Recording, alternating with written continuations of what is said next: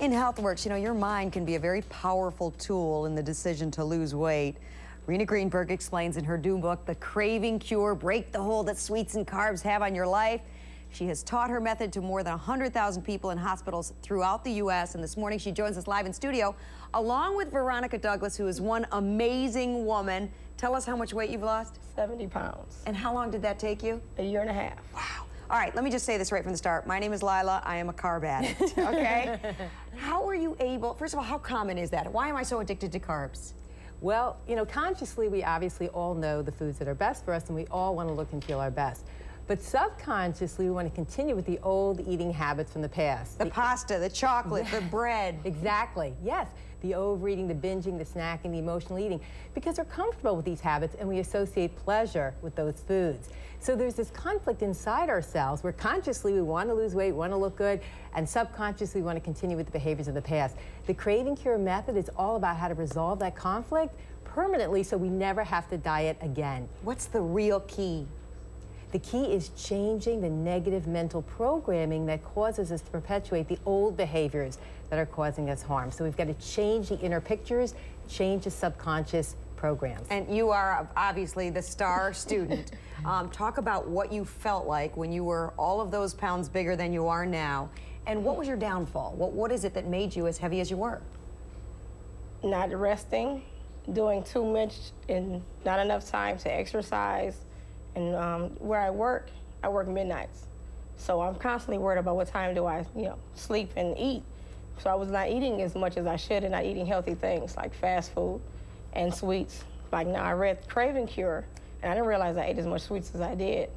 But the key is moderation. And I'm more conscious now of what I'm eating. And being on that midnight shift can be a real downfall because when your sleep cycle is off, your eating cycle is off. Correct. Yeah. And so, for people who are home right now, who say, all right, I'm trying to resist the crackers, the cookies, and all of those things, what can people start doing right now that'll make a difference? Well, it's just that, Lila. It's trying, using all our willpower, forcing ourselves. That's all. We're staying limited by the conscious mind. But the answer is, the key is really in the subconscious. To change the way we think about food and ourselves permanently, the subconscious part of the mind has its own language. It's the language of images and feelings.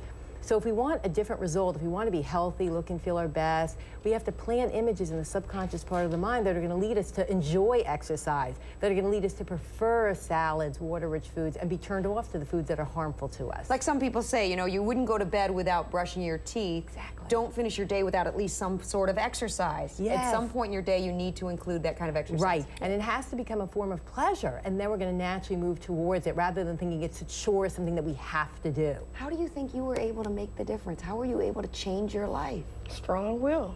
Strong will. I wanted to do it. And Look at that picture of you. When you see that, what do you think? I was unhealthy. Unhealthy. Is it hard for you to look at those pictures? Not really, because I know I did what I had to do. That's nice. That's a good me feeling, too. right? That's just the old me. That's a lot of old you. Right. Wow, that's two people. Yep, I'm half of that now.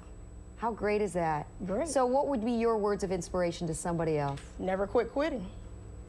And think positive. And you can do it. Yeah. I'm also an emotional eater. How do you stop from that emotional eating when you're pressured or lots going on? Yes. We use food as a way to give ourselves love and comfort and relaxation, but you know what? There's no amount of food that can fill these very real needs that we all have. And one of the methods I teach is the Break Your Craving State technique. It's all about getting out of that state of feeling out of control and feeling really empowered and resourceful when we get in touch with the deeper strength inside ourselves. And this is what we're doing through this self-hypnosis. Get to know your mind, you'll get to know your body. The Craving Cure is the name of the book. Rena Greenberg is offering wellness seminars for weight control at several local hospitals. For a list of times and places and the cost, just go to myfoxdetroit.com. Thank you both for being with us and congratulations.